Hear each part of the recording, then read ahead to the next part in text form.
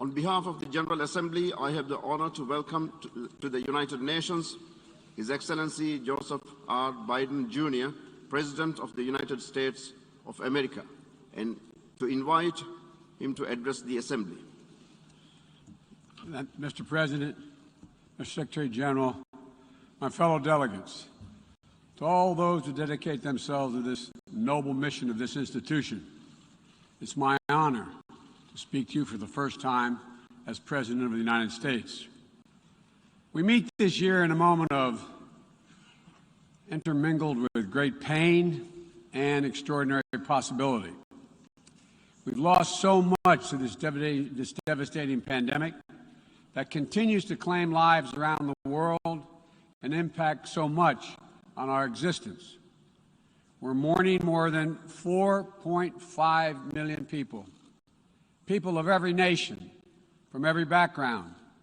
Each death is an individual heartbreak, but our shared grief is a poignant reminder that our collective future will hinge on our ability to recognize our common humanity and to act together.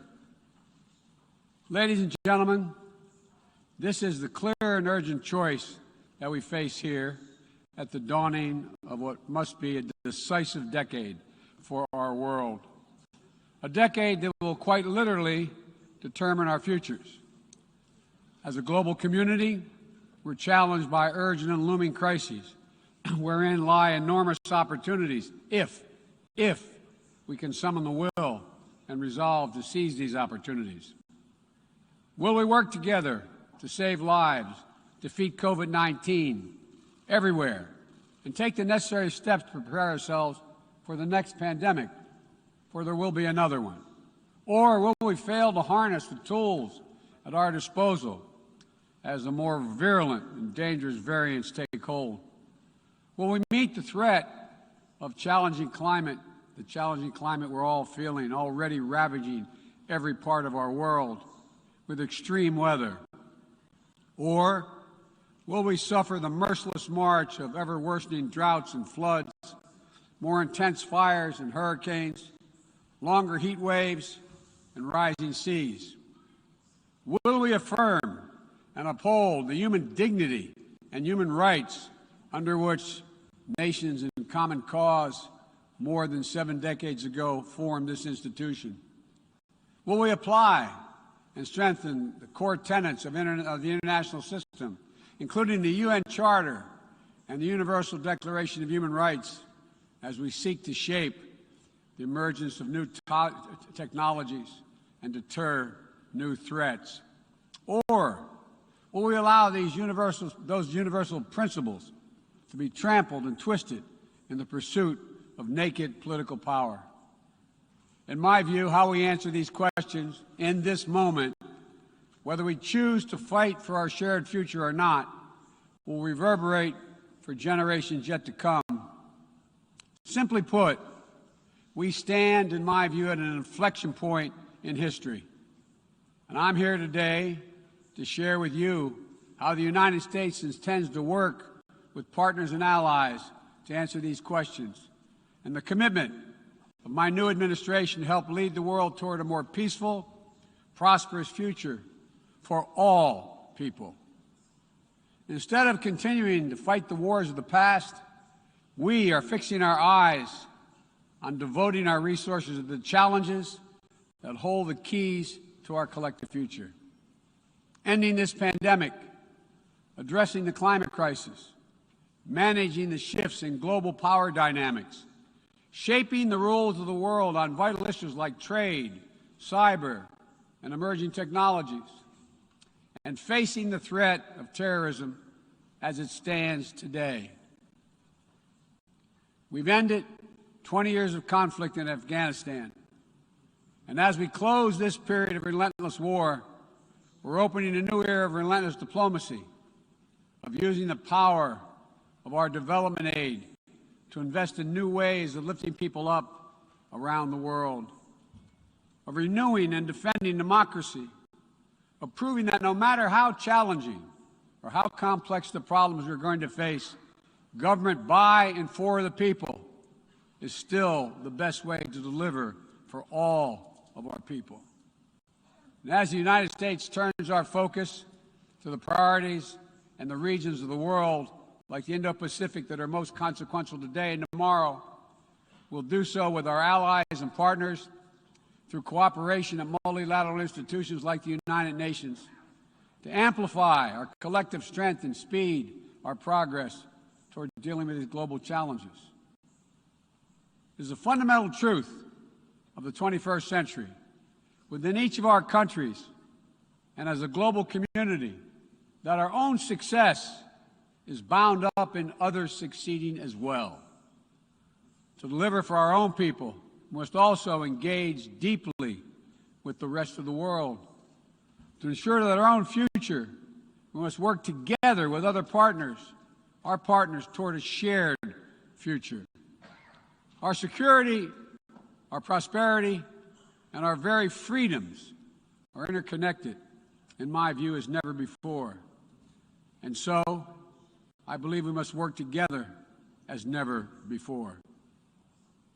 Over the last 8 months, I've prioritized rebuilding our alliances, revitalizing our partnerships, and recognizing they're essential and central to America's enduring security and prosperity.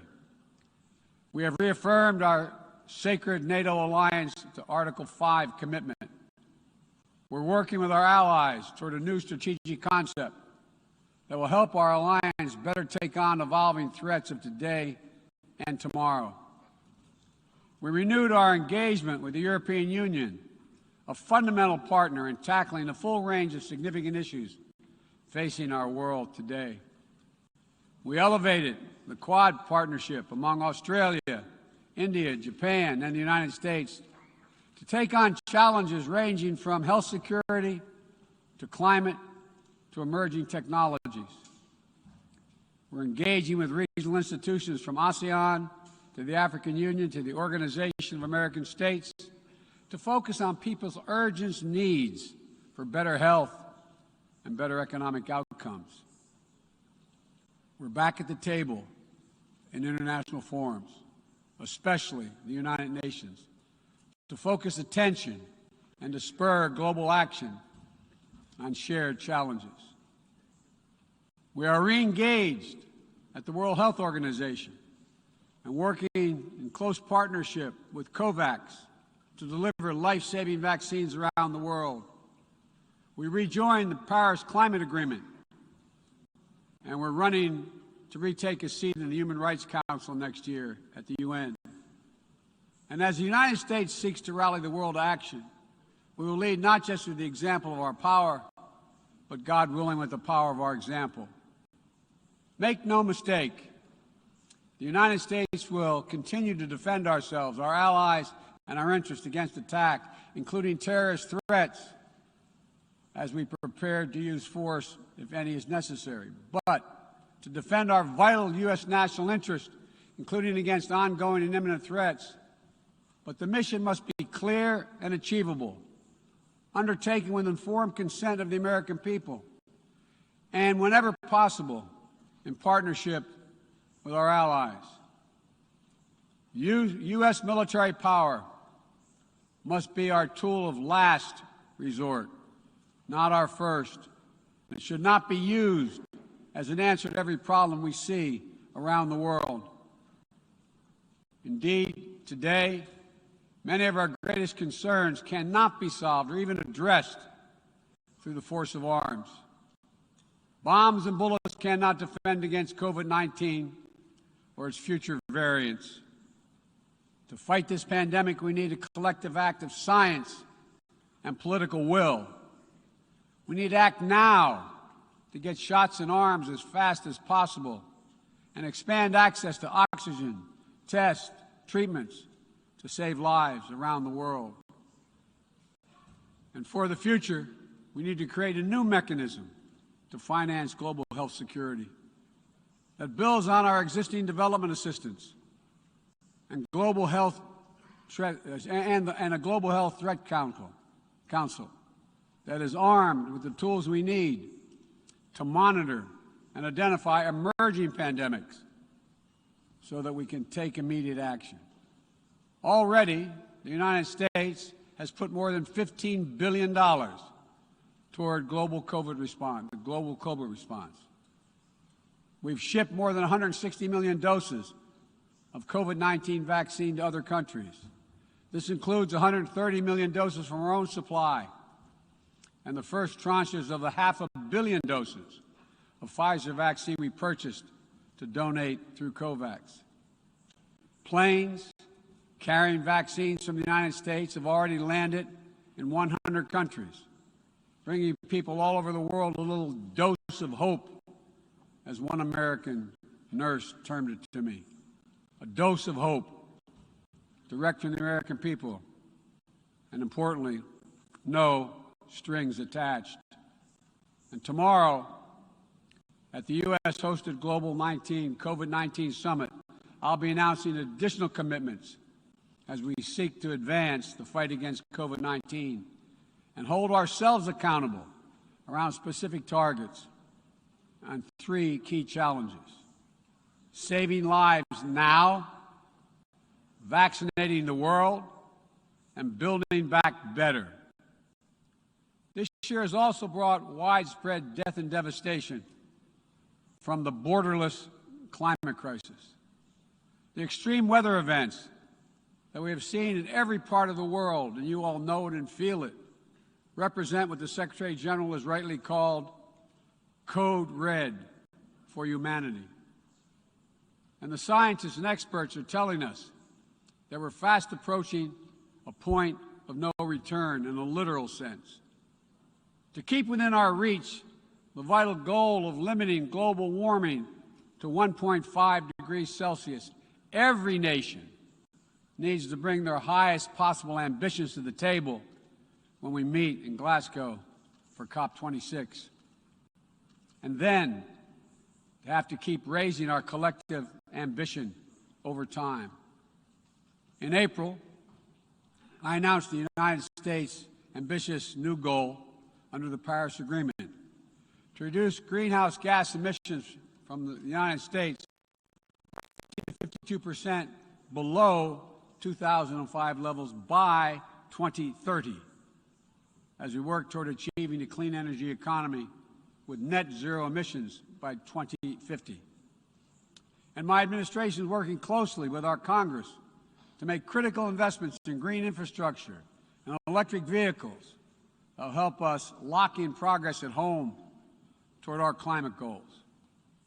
And the best part is, making these ambitious investments isn't just good climate policy.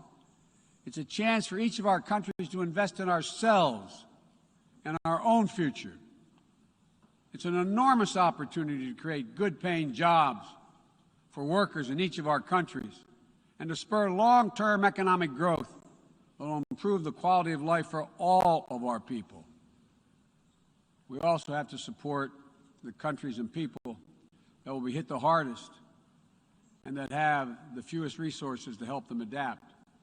In April, I announced the United States will double our public international financing to help developing nations tackle the climate crisis. And today, I'm proud to announce that we'll work with the Congress to double that number again, including for adaptation efforts.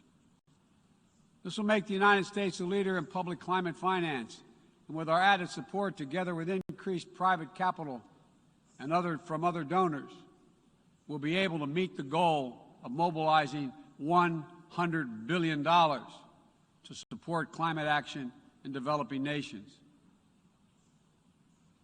As we deal with these crises, we're also encountering a new era, an era of new technologies and possibilities that have potential to release and reshape every aspect of human existence. And it's up to all of us to determine whether these technologies are a force to empower people or to deepen repression. As new technologies continue to evolve, we'll work together with our democratic partners to ensure that new advances in areas from biotechnology to quantum computing, 5G, artificial intelligence, and more are used to lift people up, to solve problems, and advance human freedom, not to suppress dissent or target minority communities.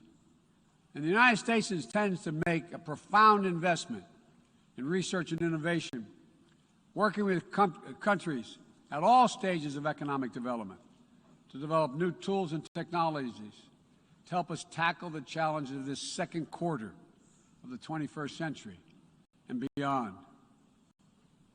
We're hardening our critical infrastructure against cyber attacks, disrupting ransomware networks, and working to establish clear rules of the road for all nations as it relates to cyberspace. We'll reserve the right to respond decisively to cyber attacks that threaten our people, our allies, or our interests. We will pursue new rules of global trade and economic growth that strive to level the playing field so that it's not artificially tipped in favor of any one country at the expense of others. And every nation has the right and opportunity to compete fairly. We will strive to ensure that basic labor rights, environmental safeguards, and intellectual property are protected, and that the benefits of globalization are shared broadly throughout all our societies. We'll continue to uphold the long-standing rules and norms that have formed the guardrails of international engagement for decades, that have been essential to the development of nations around the world. Bedrock commitments like freedom of navigation, adherence to international laws and treaties, support for arms control measures that reduce the risk and enhance transparency.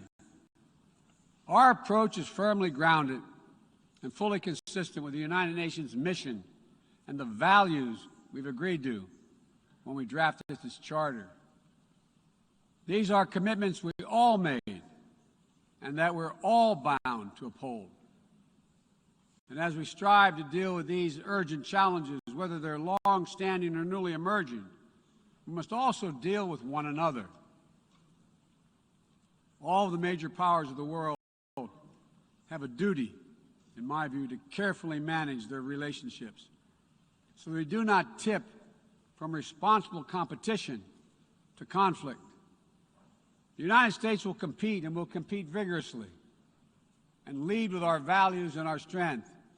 We'll stand up for our allies and our friends and oppose attempts by stronger countries to dominate weaker ones, whether through changes to territory by force, economic coercion, technical exploitation, or disinformation.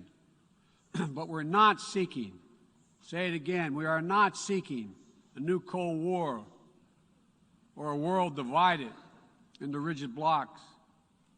The United States is ready to work with any nation that steps up and pursues peaceful resolution to shared challenges, even if we have intense disagreements in other areas, because we'll all suffer the consequences of our failure if we do not come together to address the urgent threats like COVID-19 and climate change, or enduring threats like nuclear proliferation.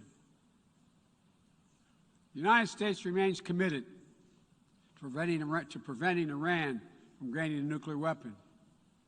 We're working with the P5+1 to engage Iran diplomatically and to seek a return to JCPOA. We're prepared to return to full compliance if Iran does the same. Similarly, we seek serious and sustained diplomacy to pursue the complete denuclearization of the Korean Peninsula. We seek concrete progress toward an available plan with tangible commitments that would increase stability on the peninsula and in the region, as well as improve the lives of the people in the Democratic People's Republic of Korea. We must also remain vigilant to the threat of terror that terrorism poses to all our nations, whether emanating from distant regions of the world or in our own backyard. We know the bitter sting of terrorism. The bitter sting of terrorism is real. We've almost all experienced it. Last month, we lost 13 American heroes and almost 200 innocent Afghan civilians in a heinous terrorist attack at the Kabul airport. Those who commit acts of terrorism against us will continue to find a determined enemy in the United States. The world today is not the world of 2001, though.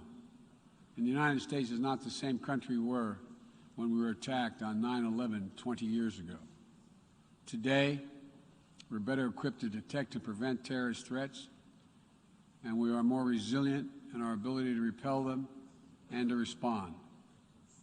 We know how to build effective partnerships to dismantle terrorist networks by targeting their financing and support systems, countering their propaganda, preventing their travel, as well as disrupting imminent attacks.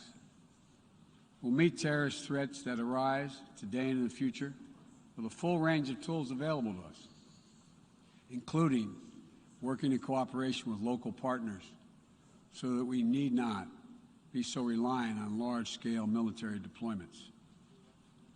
One of the most important ways we can effectively enhance security and reduce violence is by seeking to improve the lives of the people all over the world who see that their governments are not serving their needs.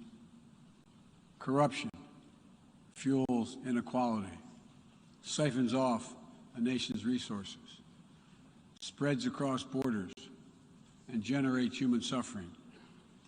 Is nothing less than a national security threat in the 21st century.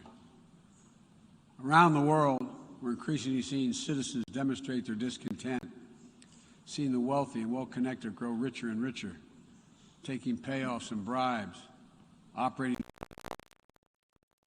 The vast majority of the people struggle to find a job or put food on the table, or to get their businesses off the ground, or simply send their children to school.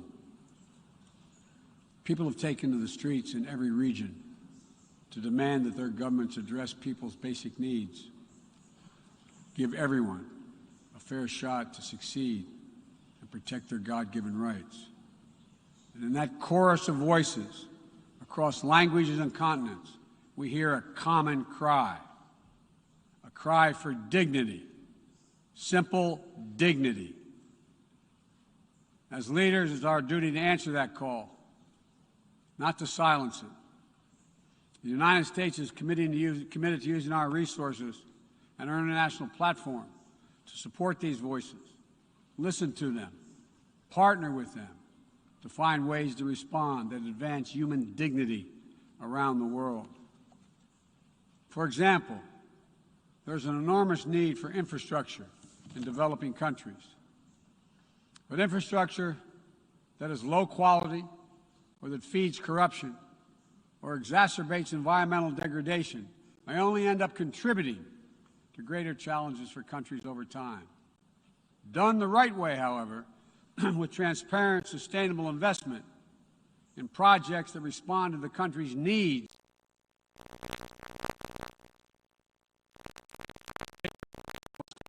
infrastructure can be a strong foundation that allows societies in low and middle income countries to grow and to prosper. That's the idea behind the Build Back Better world. And together with the private sector and our G7 partners, we aim to mobilize hundreds of billions of dollars in infrastructure investment. We will also continue to be the world's largest contributor to humanitarian assistance, bringing food, water, shelter, emergency health care, and other vital life-saving aid to millions of people in need. When the earthquake strikes, the typhoon rages, or disaster anywhere in the world, the United States shows up. We'll be ready to help.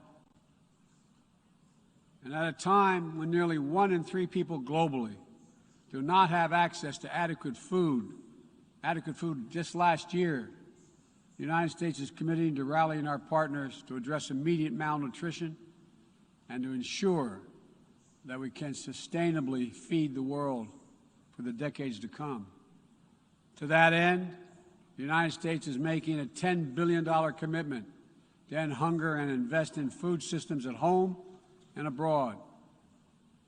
Since 2000, the United States government has provided more than $140 billion to advance health and strengthen health systems and we will continue our leadership to drive these vital investments to make people's lives better every single day. Just give them a little breathing room. To strive to make lives better, we must work with renewed purpose to end the conflicts that are driving so much pain and hurt around the world. We must redouble our diplomacy and commit to political negotiations, not violence, as a tool of first resort. To manage tensions around the world, we must seek a future of greater peace and security for all people of the Middle East. The commitment of the United States to Israel's security is without question, and our support for an independent Jewish state is unequivocal. But I continue to believe that a two-state solution is the best way to ensure Israel's future as a Jewish democratic state, living in peace alongside a viable, sovereign, and democratic Palestinian state. We're a long way from that goal at this moment, but we must never allow ourselves to give up on the possibility of progress. We cannot give up on solving raging civil conflicts, including in Ethiopia and Yemen, where fighting between warring parties is driving famine, horrific violence, human rights violations against civilians, including the unconscionable use of rape as a weapon of war. We'll continue to work with the international community to press for peace and bring an end to this suffering.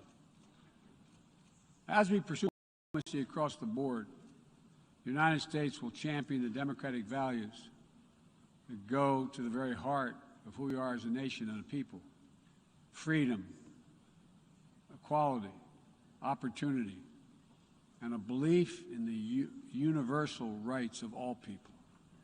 It's stamped into our DNA as a nation, and critically, it's stamped into the DNA of this institution, the United States.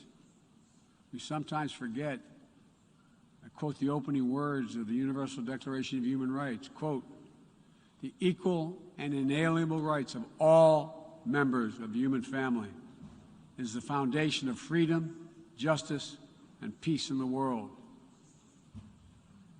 The founding ethos of the United Nations places the rights of individuals at the center of our system.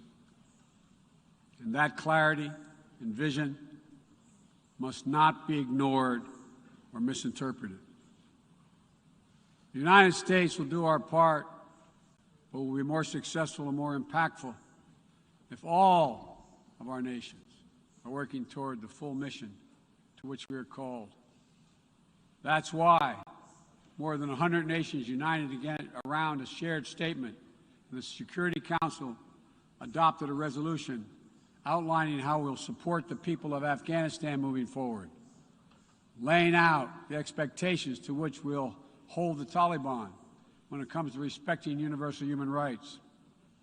We all must advocate for women, the rights of women and girls to use their full talents, to contribute economically, politically, and socially, and pursue their dreams free of violence and intimidation. From Central America to the Middle East to Africa to Afghanistan, wherever it appears in the world. We all must call out and condemn the targeting and oppression of racial, ethnic, and religious minorities when it occurs whether it occurs in Xinjiang or northern Ethiopia or anywhere in the world. We all must defend the rights of LGBTQI individuals so they can live and love openly without fear, whether it's Chechnya or Cameroon or anywhere. As we steer our nations toward this inflection point and work to meet today's fast-moving, cross-cutting challenges, let me be clear. I am not agnostic about the future we want for the world. The future will belong to those who embrace human dignity, not trample it. The future will belong to those who unleash the potential of their people, not those who stifle it. The future will belong to those who give their people the ability to breathe free, not those who seek to suffocate their people with an iron hand.